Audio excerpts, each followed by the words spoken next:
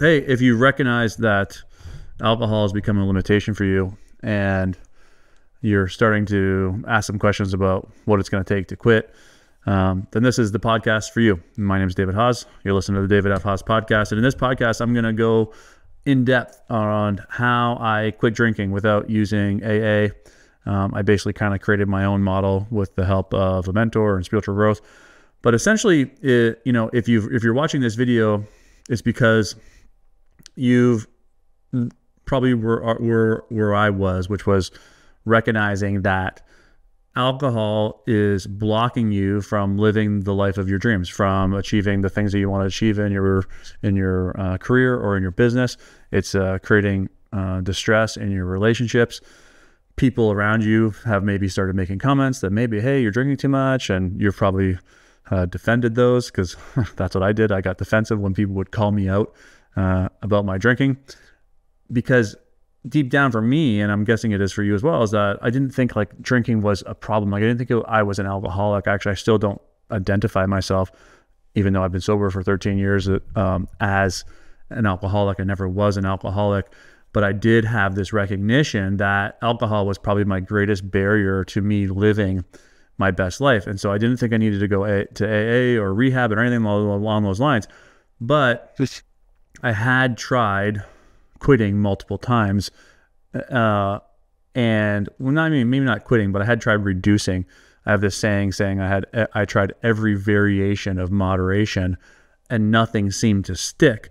And one of the things I think that deterred me from ever walking into an AA room was the idea that I was powerless to this thing, and the idea that I had to quit forever.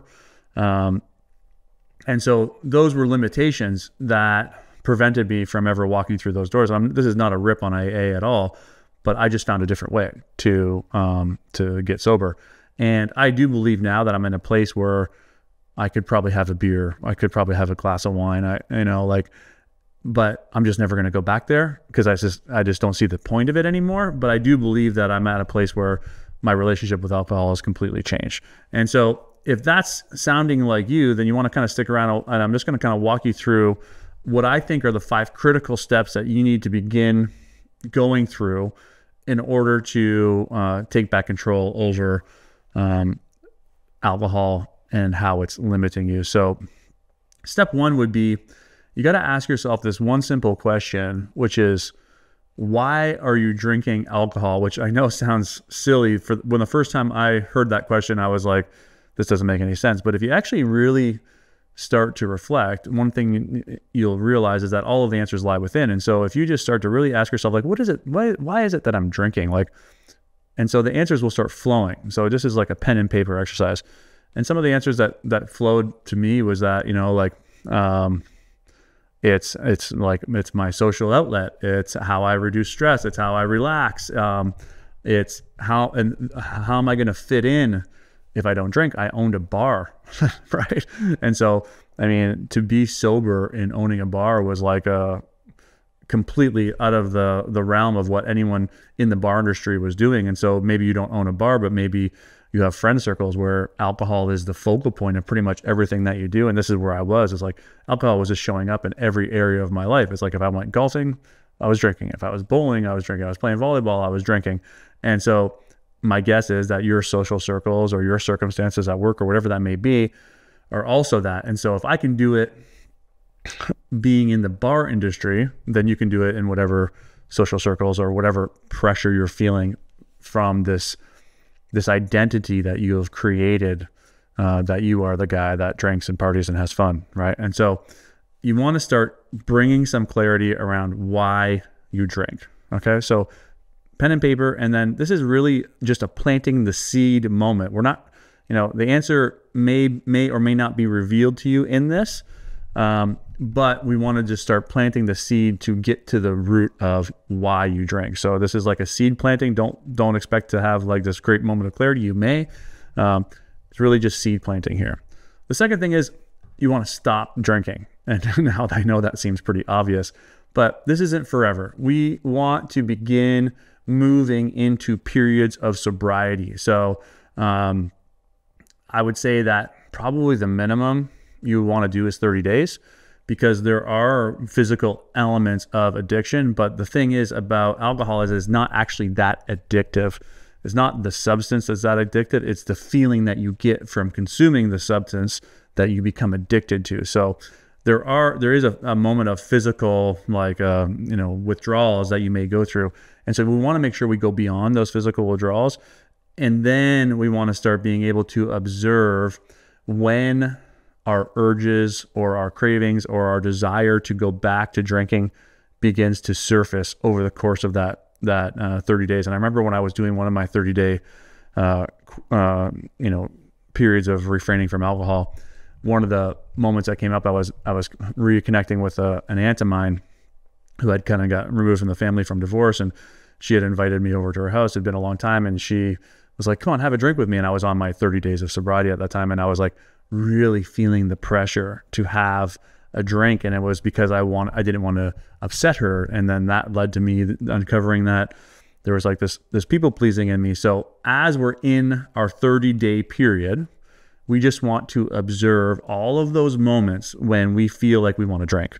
And so then once we go there and we move to this place of observation, that is really step 3, is we're observing what it is we're feeling when the urges or the cravings or the desire to drink comes up. So like I said, I just observed that I didn't want to let my aunt down by not having a drink with her. Now, I didn't have the drink in that 30-day period, but it was a great opportunity for me to observe the mind. So all we're doing there is noticing the cravings, noticing the desire, and then we're saying, well, why is this showing up right now?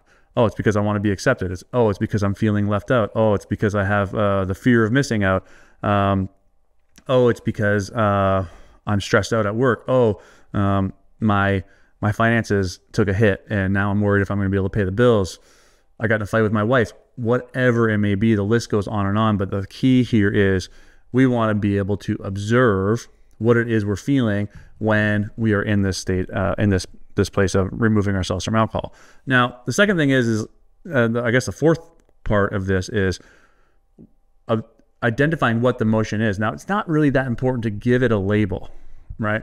All we really want to do is just ask ourselves how we're feeling. So let's use the example of financial stress. So you're on your 30 days off, you move into this place and you recognize, oh man, I don't know if I'm gonna be able to, make ends meet this month, right? And so you have this financial stress that comes on. And so then there's like, oh, I need a drink, right? That's the thought that comes up.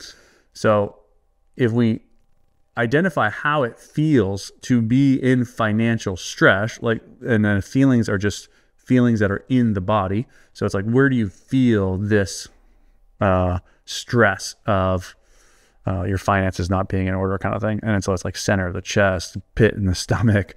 And so then when you're in that state, you can then ask yourself, can I handle this? Like, can I handle the feelings that I'm in? And so in this, what we recognize is that alcohol was just a tool to escape feeling all of the things that begin boiling to the surface. And so the easy road is to go have a drink and just let all of your problems go away. The harder road is to sit in that emotion and allow yourself to be in that emotion completely. And then when you're in it, when you're finally feeling it, right, you can ask yourself, can I handle this? Can I handle this emotion? And, so I went through this when I was quitting, caffeine. It's like, I had to go through this exact same process. And it's like, the feelings that were coming up were so weak. Like, they were just so weak. And it was like, can I handle this? Of course I can handle it. Right? It's like, it was nothing. But the mind, the ego, wants to do everything in its power to keep you comfortable. And the second it experiences even the slightest discomfort, it wants to go back into its mechanisms that keep you in your comfort zone. And for you and for me, it was alcohol, right? And so once we recognize how weak these emotions are that we have been avoiding, we can sit in them completely, and we can allow ourselves to let the energy of that emotion go for good. And this is the letting go process. You can check out the book Letting Go by Dr. David Hawkins. And so if you do these things, you're going to start to create awareness. Awareness is step one.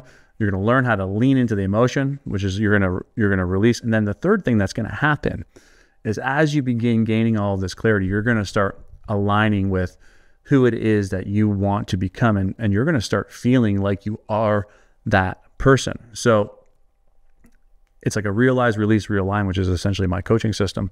And so we're going to do this over and over again. And I had to do, multiple periods of quitting for 30 days, and then going back, quitting for 30 days and going back. But eventually there came this moment of clarity where my why, which is step one, was revealed. And for me, it was all about acceptance. It was like, if I stop drinking, I am no longer going to be accepted. I'm no longer going to feel like I fit in. And the pain of not being accepted or being alone or, being judged or whatever that may be, the pain of not fitting in really is what it is, was so intense to my ego that the ego was like, well, we would just rather drink, right? And so that was the why. And once I saw it, and the way I describe it now is, it was like all of this work, all of these steps that I went through was like building a puzzle upside down. So even though I couldn't see the picture, I was still putting pieces of this puzzle together. And this is what these 5 steps will help you do. So as you're building this puzzle upside down, when you finally put that last piece in, you can then flip the puzzle over and you can see the entire picture. You can see how every single decision you made led to where you are right now in this moment. And when you see that, you cannot unsee it. For me, it was so powerful once it was finally revealed to me, right, that I was able to set a date, quit drinking, and never go back. And it was because along the way of building that puzzle, I was becoming aware of the emotions that I had been avoiding. I was learning how to let them go for good. And when I finally put that last piece in, it was like, oh my God, my whole entire life has been about needing the acceptance of others so I wouldn't feel the pain of not being accepted. And then once I recognized that, I was like, oh, I can deal with the pain of not being accepted. And then I guess the 6th step is, you have to go back to those moments in your life where you first remember experiencing, let's say, the pain of not having enough, if it's financial stress, the pain of being chosen second, the pain of being chosen last, the pain of feeling not good enough or less than. And ask yourself, when's the first time you can remember experiencing that same emotion that you observed in your period of abstinence from alcohol?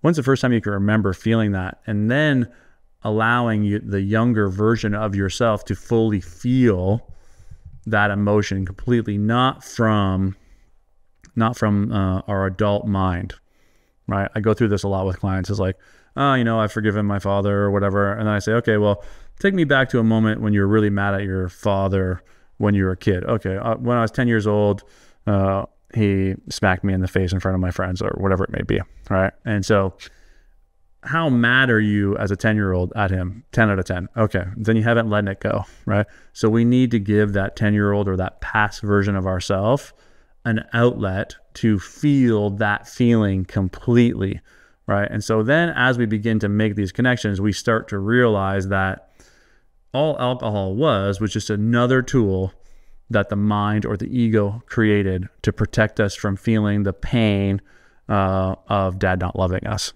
Okay. And so once you start to create these neural pathways, these links, you just don't unsee it. So the awareness in itself is key. And so this is the process that I would go through if you are starting to get to this point where you realize that alcohol is limiting you and you're starting to realize that